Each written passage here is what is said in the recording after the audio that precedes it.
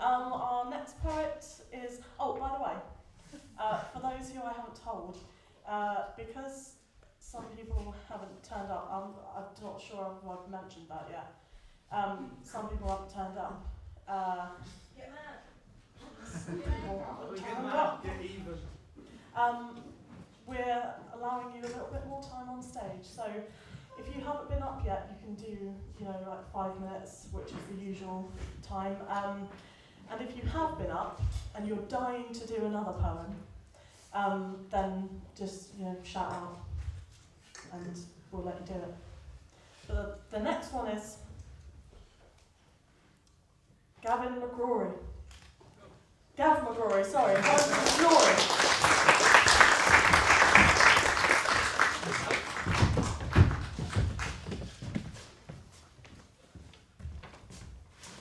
Okay, I was going to do just like one poem, and I don't really have a favourite, but I quite like this one, and I hope you like it too. I'll see if I can find something else to do as well, but this is a poem about my iPod. It's called iPod. It's always been the case that technology pushes things along. No exception to this is songs, the way we listen and the way we play them. Take Warmans. Remember them? You wouldn't piss on them now. iPods, in contrast, are more holy than thou. Well, at least right now. The amount of music on mine is pretty damn big. I've got 16 billion gig. It's insane. It's no good for the brain. I take mine everywhere I go. We're the best of friends, We'll be sat on a train, annoying our neighbours. My playlist, I tell you, will go on for ages.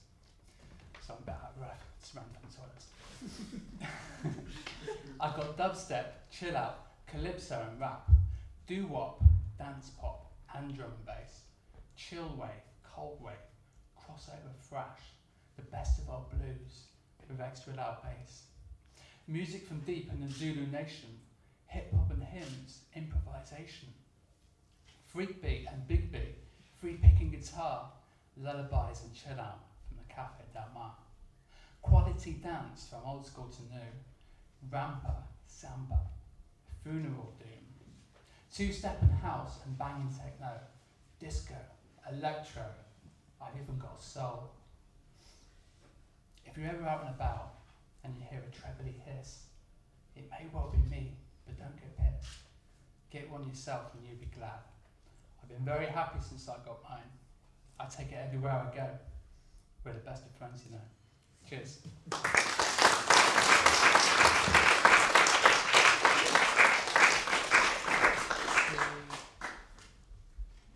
See if we can find another one. So I'm a bit unprepared. It's legit. Okay. So one of the favourite subjects I talk about is food. And this is about a bloke who eats loads of soup. He's a bit obsessed with soup. And it's called A Day Without Soup. We're just passing by. He never missed a day without soup. A day without some soup just brings him down. He told the doctor he would give it a try. And we'll hear from Clay's doctor in a bit. The thing of it was, that's all he used to eat. This didn't only intrigue the doctor, it also intrigued Stephen, who worked down the street, to ask, why soup every day, Mr. Clay? After all, he ate so much soup every day. Somehow Stephen knew this was strange, but somewhere, deep inside his soul, Clay knew that there was a reason he ate so much soup. Soup, so enthralled Clay. He loved it just so. I just like it. When I try it, I know. Deep inside the deepest ridges of my heart, somewhere deep in my soul, I've always felt it's a solid, healthy meal. And I realised, by cutting back on chocolate eating in bed, as my time slowly passes away, and with my health slowly deteriorating, I preferred to eat softer stuff instead. As Clay slowly withered away, with a final point from the doctor thought Clay's eating was all okay, and doctor recommended he should get recuperation with rest and stay warm in bed. But one day, Clay inevitably did die, and all his neighbours, they all heartily cried, except the doctor, who was quietly pleased to have one less patient to attend to. Cheers.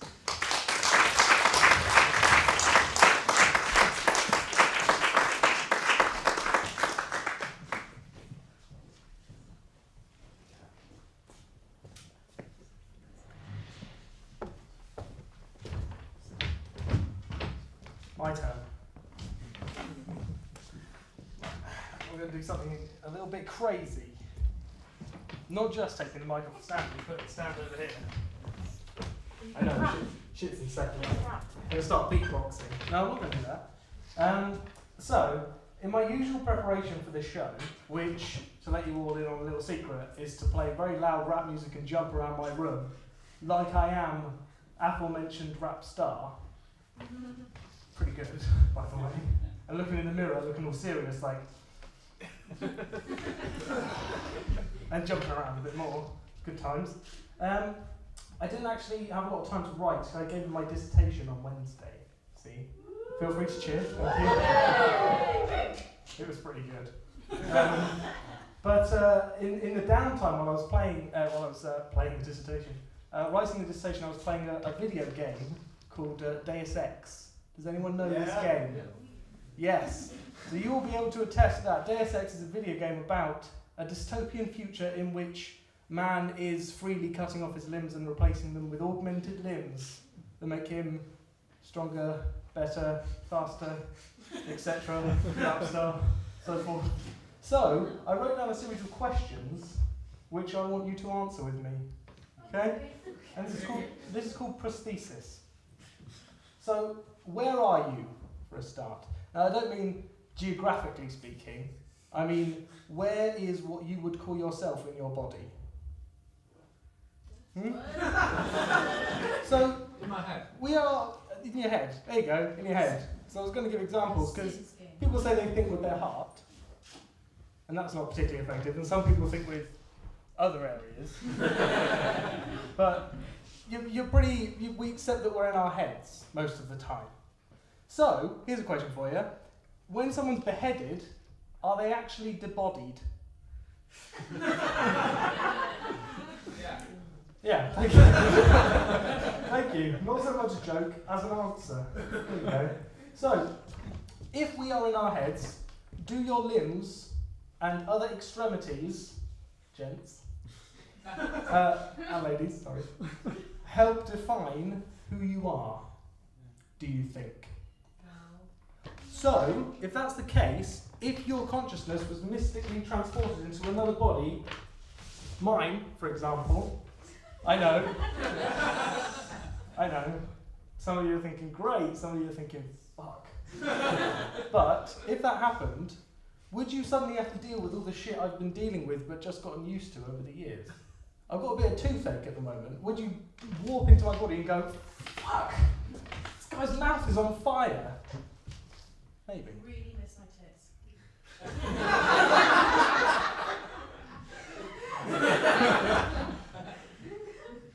Sorry to hear that. So what about your voice?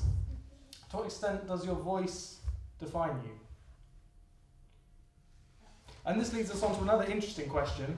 Just stop you in your thinking there for a second. Your voice doesn't sound the same to everyone else as it does to you. This is partly because you're hearing your voice through your eardrums and also through the echoing of your voice through the bones in your skull. So when you record yourself and play it back, you don't sound like the same person. So how do you know that is the same person? I know, right? So what happens if you lose one of those things that might contribute to defining you? So you lose your hand. You know your hand pretty well. People say you know things like the back of your hand. So, if someone said it in a phrase, it's got to be true.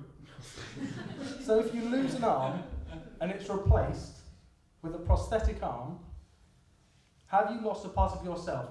Is your human experience somehow diminished because of something you have lost? Yes. Yeah. No. Yes, yes, yes, no. No. Okay. Why no? Because when you lose things, it helps you grow as a person, surely to God, so then you can develop more, and you're more of a person having lost than having gained.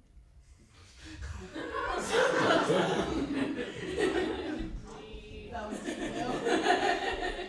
Okay, That's a better answer than I was expecting. Oh, we got another one. So what about, you've got a limb and it's an instrument, right? It's something you use to achieve things that you like doing. Mm-hmm. If you're a guitarist and you lose your guitar and you get a new guitar, have you lost a part of you? That's a very good question. It's not one on my list, so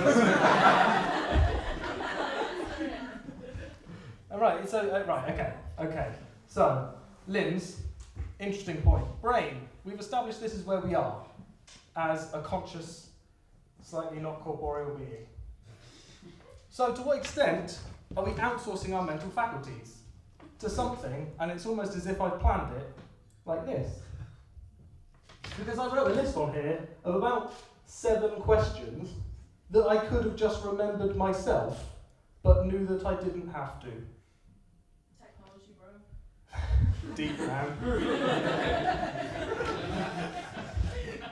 Or Google, for example. Why would you need to remember things when you have access to the entire knowledge of humanity in a handy thing that fits in your pocket?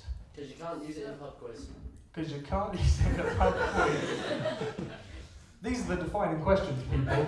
These are the defining questions. So, back to the human experience point for a second, about diminished human experience. Now, we talk about human experience as if it is an understood thing. Humans experience the world. It is electrically sent to your brain, and those experiences are amazing and stuff. Like climbing mountains, for example. Amazing. An amazing thing. But how do you know, much like your voice, that you experience those things in the same way that someone else does? Taste, for example. You get people who critique food at a restaurant, and there are a lot of restaurants that essentially taste the same to me. Like McDonald's and that Eston Blumenthal man's restaurant. joking, don't want to offend anyone. Jesus Christ. But colour is one, for example. There was a lady recently discovered who apparently can see 90 million more colours than the average person. Yeah. So what exactly does that entail for her? If we were to show her a canvas of blue and say, what colour is that? Would she say which one? Even though it's a solid colour, she just sees more shades. So, do we somewhat diminish human experience by simply calling it human experience, accepting that humanity as a whole is one entity more or less? Deep. Deep question. Preach it, bro. So there was also a discovery recently, right? This is turning more into like a stand-up set or something. I feel like I need to swish around a bit. Anyway, so anyway, right. There was recently an arm created, a prosthetic, that is linked to parts of your brain so that you can actually tell if something feels soft or hard, or whether your hand is actually squeezing something or whether it's solid in your hand. So, is prosthesis the act of taking away or losing, our noble serviceman for example, a piece of yourself and it being replaced with a piece of electronics, diminishing you in any way? Or is it some form of evolution? Because essentially evolution takes place over millions and billions of years. Is evolution just moving too slowly for an industry that, to take prosthesis, started off with wooden hands when people were coming back from the Crimea and stuff like that, and has now ended up with actual metal arms that can squeeze and feel and actually register those feelings in the brain? I think I have one more question. There's a hushed silence and I like it. Here's another question. So, while I was playing Deus Ex with this future, which isn't entirely outside of the bounds of possibility, that we can have these amazing things and have shotguns that come out of our arms and shit like that. First in line, by the way. Can we ever really foresee the future from where we are? Now next year, Back to the Future 2, which had a sick hoverboard in it, 2015 is when that film is supposedly set in its fictional sense. And I ain't got no hoverboard.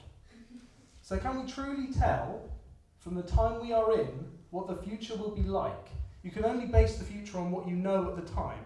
Take Star Trek, for example, with their hollow communicators. That is shit compared to an iPhone. It's got nothing on it. Okay, it can scan people, that's pretty cool and stuff. But apart from that, it's pretty crap compared to an iPhone. So, something to think of. Personally, I think that humans are inevitably going to destroy themselves with science. Thanks very much.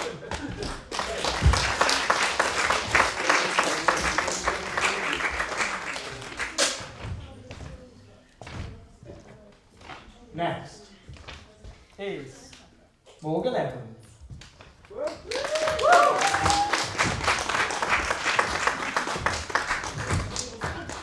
Hello. That was like being back at a philosophy class. So I've got a poem, and it's about a Wednesday night at Malloy's and karaoke. I don't want to put anyone off karaoke. It's actually a really good night, and I would highly recommend it, despite this poem, which is called You're Simply the Best. You're simply the best, better than all the rest, she belts, pelting us with knotted sacks of starving cannibal cats from the stage at Malloy's. Before she got up on stage, I saw her tightening her knee-high bootlaces, adjusting her black sequin dress from bunching around the muffin top, smearing on black eyeliner, thick like a marine. She was pacing like a lioness in a small cage at the zoo, swaying her head as if yearning for the freedom of Africa, her paws kicking up the dust of the Serengeti plains, with its endless migrating buffalo herds, stretching beyond the earth's curvature, and buffalo splashing in the cool, glistening river under the pulsing sun, wetting her lips with thirst and hunger for a piece of prime, juicy buffalo arse, while sipping on a neon-tinted Bacardi Breezer through a straw. On stage, her eyes boom like foghorns, and she's tied the mic lead in a noose, and holds a blood-spattered meat cleaver in the other hand. She shrieks into the microphone, and out of the PA speakers comes the noise of a tube screeching and sparking against the tracks as the driver pulls on the brakes as hard as he can, as the tube's flat face roars forward, lights glaring from the underground's bowels. Everyone in the room covers their ears with their hands like earmuffs, or they bang their fists like coconuts against their temples and can hear the stamping hooves of the four horses of the apocalypse as they pray, for the love of God, make it stop, make it stop. As she belts, I would rather be dead, surmising the general mood in the room. But this doesn't deter Tina the Butcher Turner. You can tell by her red spotlight-filtered eyes that she's looking beyond us to visions of X Factor superstardom. We're not fastened in straitjackets or stuck to our seats by Velcro. But unfortunately, this is the cheapest watering hole, and nobody wants to miss their turn for a sing-song. Tina the Butcher Turner leaves, giving the rugby team, the netball team, the football team, and all the other students at Malloy's loading on cheap pre-drinks and Jägermeister, a Wednesday social we'll all never forget, as she belts the last lines as if they were a declaration to herself. You're simply the best, better than all the rest.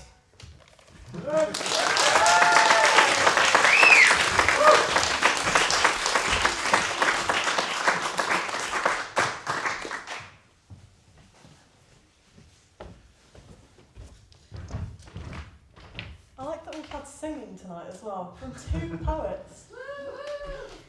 That was really good, Morgan. But going back to JP's, what were you on when you? That's a brief insight into my brain. Congratulations, everyone. I feel violated. The general intention. Okay, moving on. Our next poet is. There's not much to shuffle in here anymore. Sophie Ozzy.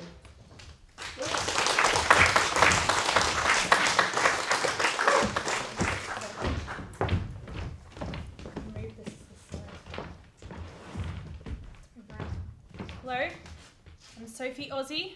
I'm from Australia, and I've been here about 3 months, and in that time I had to deal with a very serious issue, and I haven't had to deal with this issue before. I was missing something. I was missing hugs. I didn't have enough hugs in my day, so I thought, and then I found the solution, which I'll bring to you all tonight. 10 ways to have a hugful day. Number 1, have a good night's rest. Otherwise you'll be grumpy when your little sister snuggles into bed with you in the morning. Note, if you don't have a little sister and you feel something crawling into your bed, let's hope you have a dog. Number 2, have a good breakfast. Eating well will not only give you enough energy for hugs, but it'll also give you a healthy complexion, which will make you more attractive to others. Note, the food must be consumed to have these effects. However, wearing a fruit hat might also make you more attractive. Sambora, fruit hat, yeah. Number 3,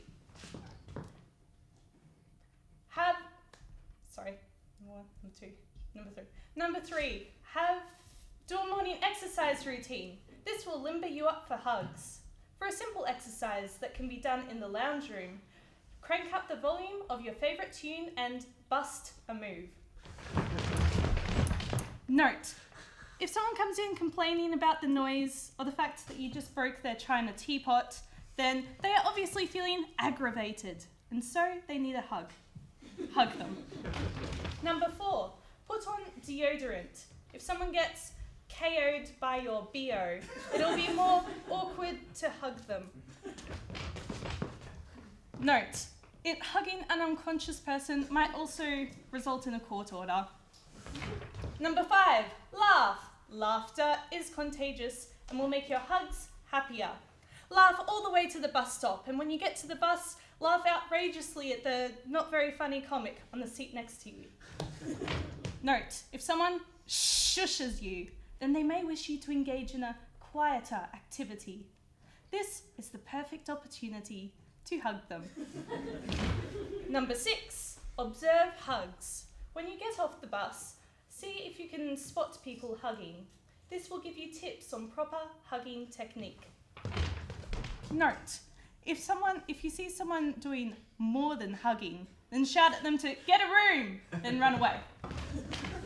Number 7, free your hands for hugs.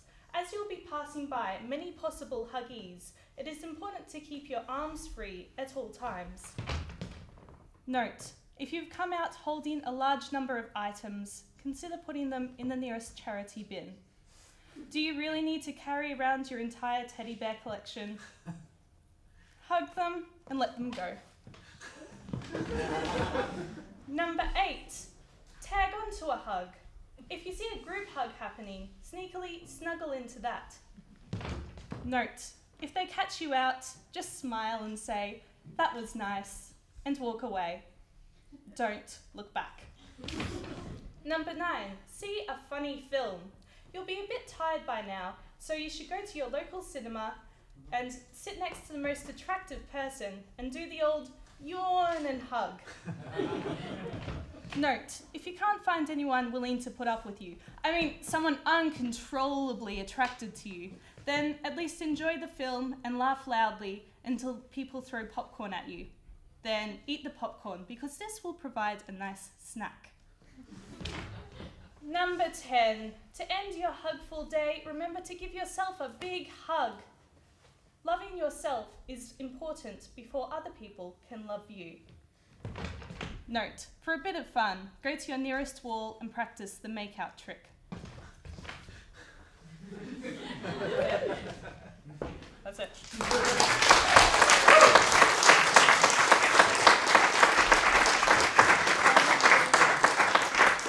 Sam has kindly allowed us to do 2, so I'm going to give you another one, if you'll let me. Feel free to kick me off the stage. This one's called Bristle Lovers. The drip echoes in the tiled room. I try to ignore the hard edge of glass that digs into my back and focus on you, opposite me. We are both perfectly still, just the way they left us. I swallow. I long to slip towards you, to lean against you, the way that you used to lean against me. But we're stuck, rubber against porcelain. I can tell you want me too, from the way your slender body drips with moisture, sweat, or tears, or spit. We liked it better under the counter, where the shadows hid the slime. You'd smack into my head and the very fibres of our being would bristle against each other, mint and muck, foaming together. The more we tried to fit, the more our edges, frayed, stuck out at odd angles. They pull me out, away from you. They do this daily, take each of us like we're common objects, able to be used at will. I stand, soldier straight, ready to do as they ask, if only to have a chance to come back to you. For once, they fumble. I fall against you. For a moment, it's like it was. It doesn't matter if that's your minty saliva or mine. They pull us apart, muttering about how we shouldn't mix, complaining about our frayed ends. But who wants a perfect fit anyway? They lean me opposite you, the glass hard in my back. The drip echoes.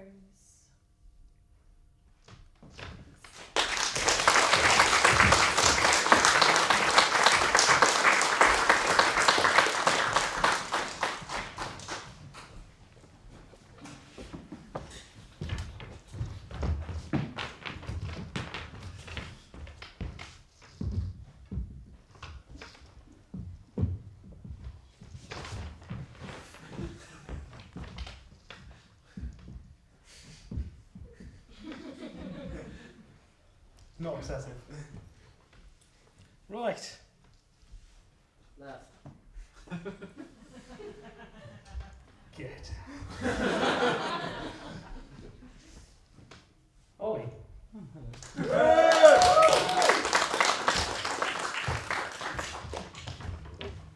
I say two? Is that, or should I just do one? Two.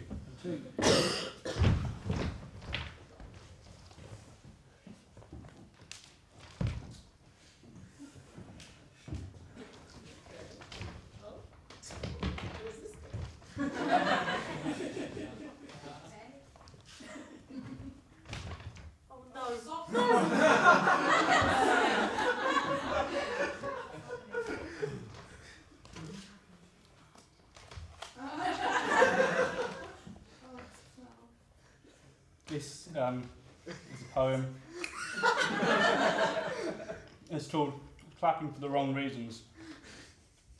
In brackets, deep. In brackets, circumlocution. In the philosophy of the world vis-a-vis inhibition and morality, if one doesn't take into account the califigium of the earth, then who watches our sheep? And if we talk about circumlocution, waiting for the last cinders to burn into the ground to reach our innermost idiosyncratic selves, then when will we find our way home?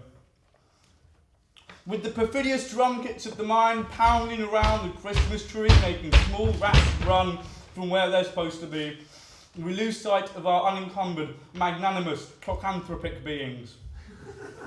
For I am just a hedonistic poet, with brutal alexithymia, in perpetual motion, striving for more Judah in fairy tale stories. And I'm waiting for my prince to come. For though the asphyxiating dragon I await, renounced by my peers, and a tornado of sharks. There are auspicious bellwethers riding on the unicorns of the soul, seeking the golden snitch with which we might unite the world. I'm sorry, is this funny to you? In the dark caves of the sun, where electric teapots fight for vitality and toothpaste is not an essential, I lay betwixt the nethers of gods, reaching a state of omnipotent bliss, for the government might join me in harmony and symphony. If these lines that I snort seem but sandwich filler, know that I cannot ride a hoover into a black hole. And as my radioactive heart corresponds to convitality, reaching the finish line less than that of one pornograph, then these three kings will not bring us war this year. We shall play hide and seek with the midgets in sunglasses until they applaud our Dr. Pepper. For no real doctor has the patience to deal with our trivial pursuit. If your face were a lollipop, I'd lick it. I was thinking how ambiguously smooth it was. So, when the elastic on our clothes starts to yawn in regret, we shall remember our fallen conspicuent peers to the beers they drink to remember what we will be. Our raccoon Jesus will not be saved, for many times I have said, no more! And yet so many clitori later, still Steve Jobs awaits for my response. And if I say fuck, know that I mean it with the prejudice it brings with it, like a moist napkin from an empty dinner table. Dude, that's fucking deep shit. Thanks.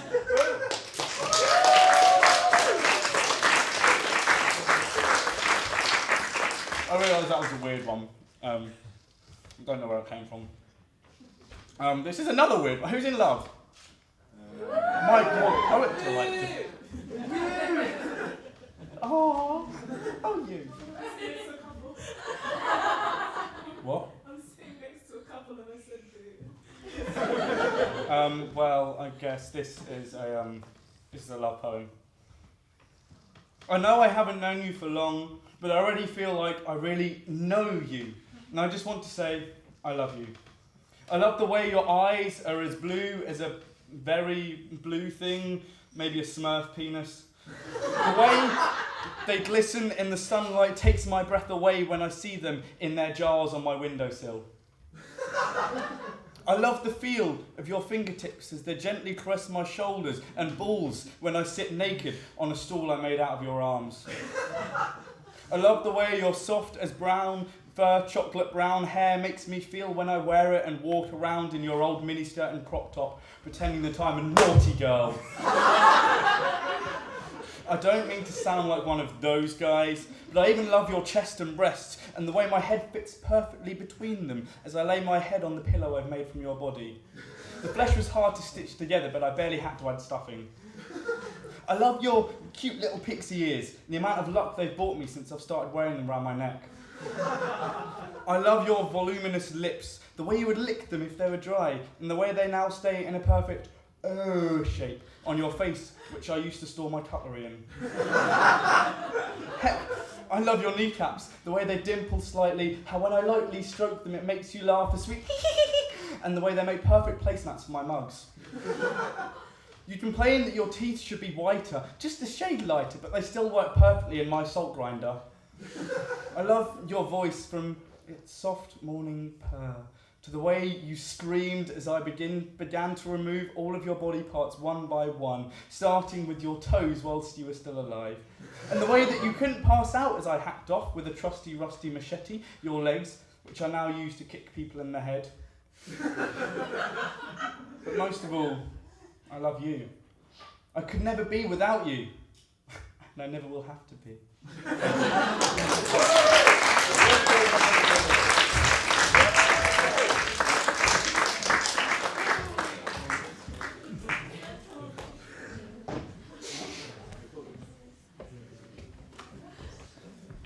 I don't want to stand where your bare feet have been. Not clean enough. I actually really don't like feet. I couldn't really concentrate on what you were saying because you kept wiggling your toes. Try to calm down. I'm trying. It's difficult. Anyway, enough of my foot phobia. Our next poet is Lizzie Martin.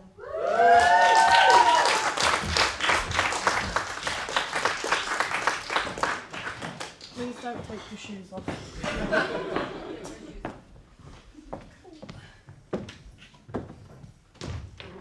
Okay. Here we go, in a very big... Okay. On loving a poet. Don't fall in love with a poet, you said, twiddling pen lids in place of fingertips, curling your lips around enjambment, half rhymes and riddles. But you have infected me with verse. I carry language like disease now. My guts writhe with similes, they threaten to ruin me. My blood runs thick with poetry. My heart is an onomatopoeia pumping metaphors around my body, feet walking only when the rhythm takes them. My stomach is stuck with sticky staccatos, rhythms stringing sibilants through my day. My tongue tangles around your alliterations, around your infidelities, finding traces of her lips in every word you wrote for me. My thighs are thick with spilt ink, thick with sweet guttural sounds, which you caught from my lips and inscribed upon pages, dedicating their images to the names of other girls. But I still taste you at bonfires. I find flakes of you floating through the air, ghosts of what was already burnt. I hear your voice in every stanza. I taste your tongue in Plath, Angelou and Duffy. Shakespeare sounds wrong now when someone else speaks his verse. I am plague-bound and infectious with the words of Stevenson, and I'll tell anyone who asks me, don't fall in love with a poet. Thank you.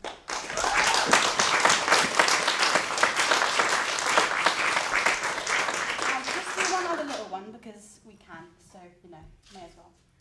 Okay, this is called shark fin soup. When I wake up in the middle of the night, I find a shark beside me, and I am paralyzed with fear. I think of how easily he could devour me. If I take too many covers or kick him in my sleep, he could crush those terrible jaws and swallow me whole. I cannot meet his eyes when he wakes in the morning. I cannot stop feeling his charcoal skin against mine, his lidless eyes unblinking as he swims through sleep, unharnessed by dreaming. Do sharks dream? Do they think at all? Do they have any care besides devouring swimsuit models and seals alike? My therapist says I have a victim complex. She says I would be happier alone. She doesn't know what it's like to wake up in the night with a shark beside her. But my father was a fisherman. My son catches minnows in jars and suffocates them with air. When my daughter calls, she tells me there are plenty more fish in the sea. I find myself thinking about stargazy pie, about tuna pasta bake and swordfish steak, about sushi and pilchards and kippers for breakfast. I find myself thinking about shark fin soup. Thank you.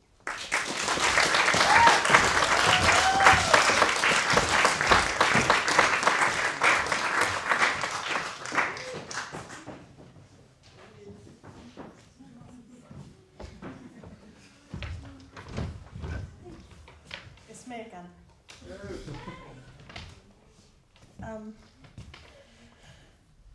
I thought I was going to do this poem, but I think I might have ripped it out of here, which would be a shame. Let me just... One moment. Oh, it's here. Okay, so we were talking about stalkers earlier. As you do. Yeah. And I had a Facebook stalker, and it was kind of my fault because, he was a poet. I'd never met him, but he was a poet, and I was kind of being like, what's the poetic version of a gold digger? I wanted to use him to get further in my career. No, it wasn't that dark. But yeah, so, and then he started stalking me, so.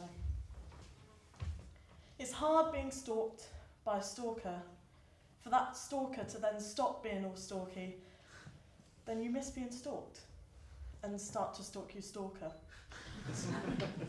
It's hard at first when you're almost sure your stalker is a murderer, but even though he might be a murderer, you're still too polite to tell him to bugger off. It's hard when you do everything to throw him off, telling him you have a boyfriend. Oh, now I'm a lesbian. Actually, I'm a boy in a dress and I married the Great Wall of China last week.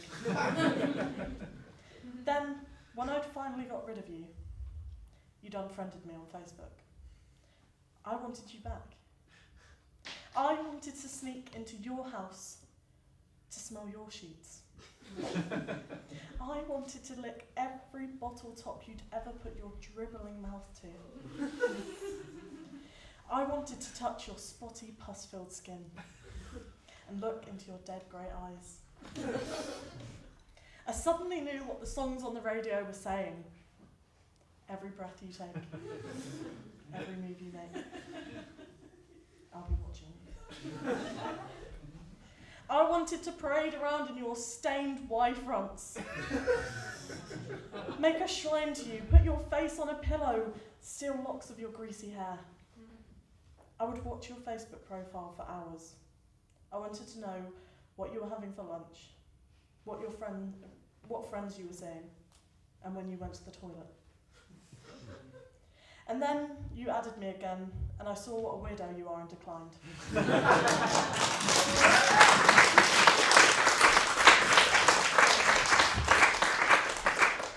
Only 2 poets left. Dun, dun, dun.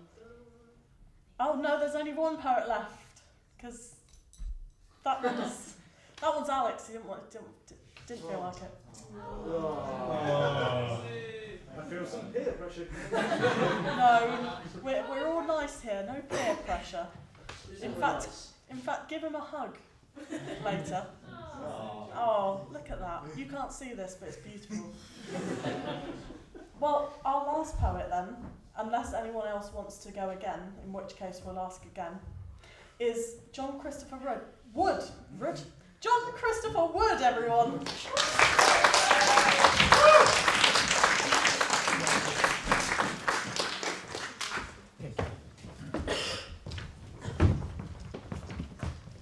Hello.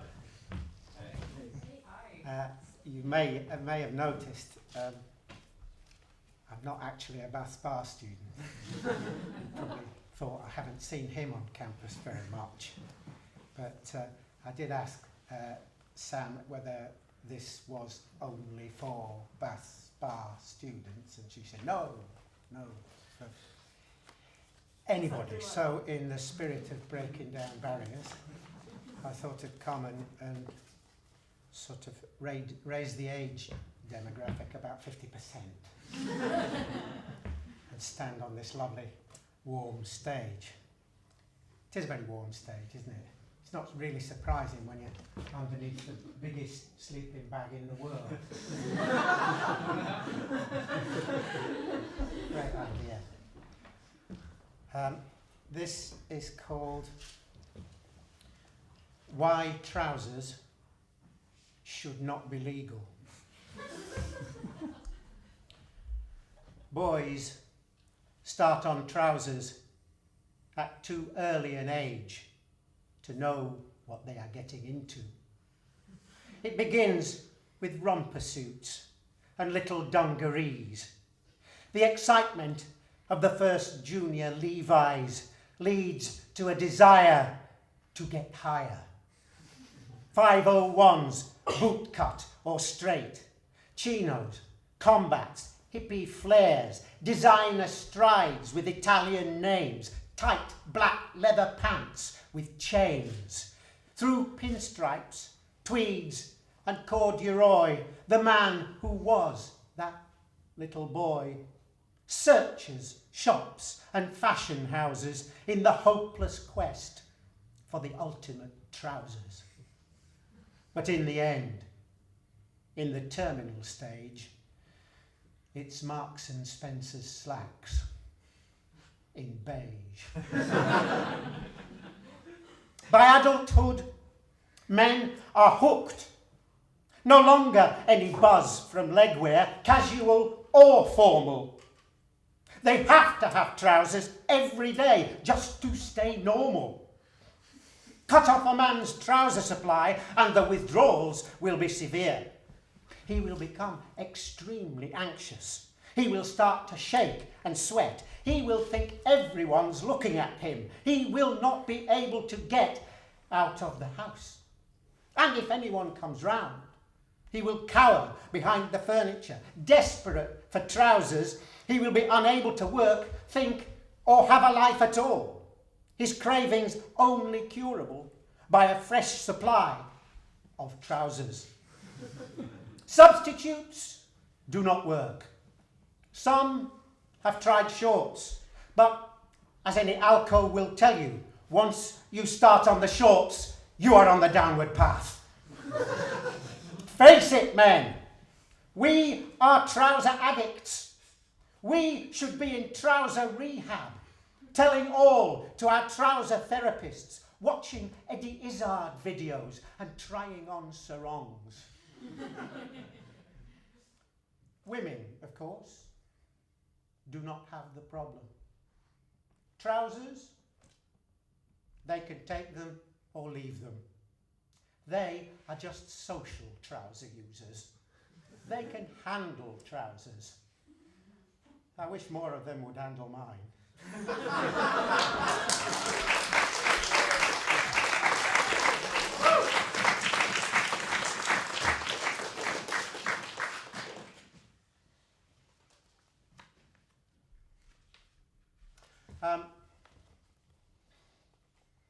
I should really be wearing a Stetson for this one.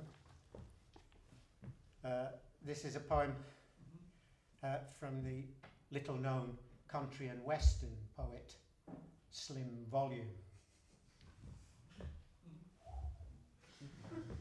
This is entitled, Stand By Your Van. The name's Slim Volume. Howdy, stranger. Now, I ain't scared of no climate danger. Ain't nothing gonna make me change a thing about my life, you bet your ass. They say burning oil's gonna change the weather. Well, that's just pinko liberal blether. I say, let's go for it. Hell for leather. If we're gonna go, let's go together. Stepping on the gas. I got a skin that's thicker than oxhide. I ain't scared of no carbon dioxide. You won't see me on the dock side. Sailing is for wimps. I go by air. I ain't giving up my condo in Florida. I can't think of nothing horrider. Who cares about the hurricane corridor or that old ozone layer? I like to provide for my mobility in my 15-liter sports utility. I don't take no responsibility for damaging the planet. Bangladesh can disappear. I don't live there. What's the fear? Ain't nothing bad gonna happen here. This here's the West, god dang it. I just love that Jeremy Clark song. I worship the very ground he parks on, and the way he leaves his tire marks on every neighborhood. Leave a carbon footprint? No, not me. I don't leave no footprints, no siree. I ain't walked nowhere since 1963. If I could drive upstairs, I would. My brain can't think about the climate. I only just count as a higher primate. It's hard enough just trying to rhyme it. It makes my head go faint. There ain't gonna be no climate horror. This ain't Sodom and Gomorrah. I just burn that gas and feel no sorrow. Burn as much as I can steal or borrow. Burn it like there's no tomorrow. Oh, looks like there ain't.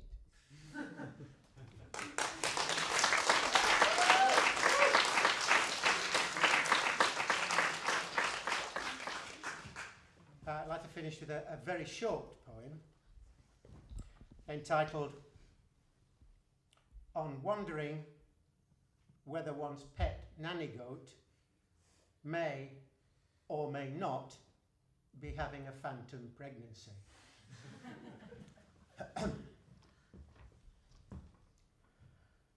Are you kidding?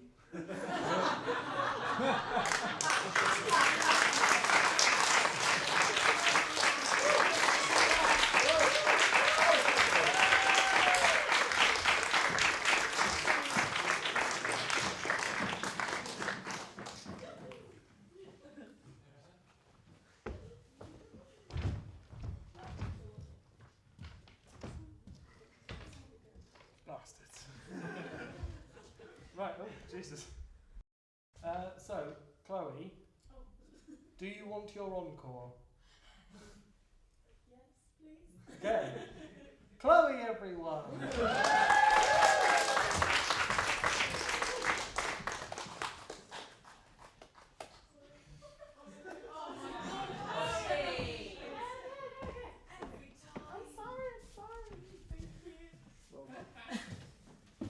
I'm really not a diva, I promise you. Really? Are you I'm sure? not. Okay, this one is, I'll just go into it, sorry. Okay, my hair. Now, I've done quite a bit to it in the past. For example, I've had the Snoop Dogg braids, I've had the Ghetto Fabulous extensions, I've had the Michael Jackson perm. And recently, I came to the decision to get the big chop. Now, a lot of guys mistake me for a dude. Been in clubs and they've been like, you know, excuse me mate, turn around and I'm not a dude. Just, anyway, but yeah, I feel free now that I've cut off most of my hair, and like through stress, through a lot of minuscule problems that now have seemed to diminish because I've cut off my hair. And my liberation was short-lived as I had to encounter, wait for it, hair touching. Since cutting off the hair, you would have thought strangers would have lost interest, but no. If anything, it sparked up even more desire to touch this black girl's hair. The look of shock and confusion on people's faces as they rub, tug, caress, and slightly grope, only to respond with, oh, it's a lot softer than I thought it'd be, or it's so fluffy, piss off. Anyway, if we were in my hometown, there would be no real hair for you to actually touch. Everyone's got a weave. And even then, you wouldn't be allowed within close proximity of it. That shit's expensive. I rarely, if ever, ask to touch someone's hair. Admire, sniff, inhale, lick, maybe. But impose, invade someone's space due to my own curiosity, ignorance, doesn't seem so worth it anymore. Okay, so I've only encountered this since moving to Bath. I mean, where's the Caribbean shops? But then, what is that saying about cultural awareness? Respect even, where has that gone? Or maybe I'm thinking too much into it, but then I feel uncomfortable. So if I hear that common question, can I touch your hair? Don't be upset if I casually scream in your face, I'm not a fucking puppy. Some people are like, what's the big deal? The deal is I don't know where your hands have been. You see me groping you? No. Then don't touch the hair.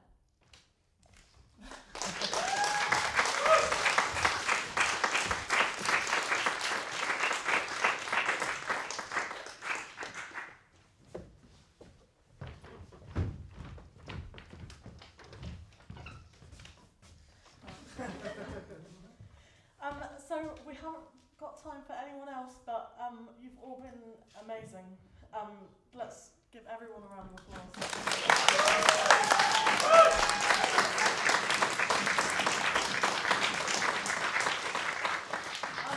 This has been our last rhyme and reason at Bird of Jar.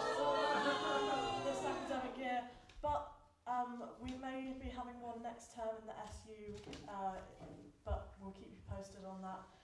You can go to our Facebook page. We've got a plethora of Facebook pages. Or Facebook pages you could want. Yeah. One Or place. you know, if you see me or JP around campus, just ask us. Leave me alone. No. Ask me things. But you've made this last night really, really, really brilliant. Thank you, so Sam. thank you. Thank you, JP.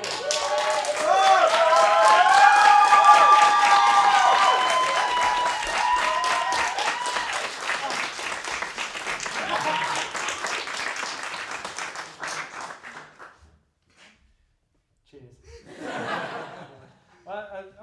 On a more serious note, a particular thank you to mostly you lot. You're there too. Second years have been fantastic. Thank you very much. And we hope this has helped you in a big way, because you're the reason we do things. More or less. reason we come. Yay! I wish all the ladies said that.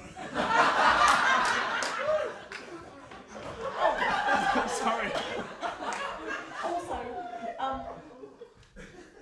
I run a workshop on a Friday, so if anyone wants to come and you're in uni, then it's any 101, I think, tomorrow.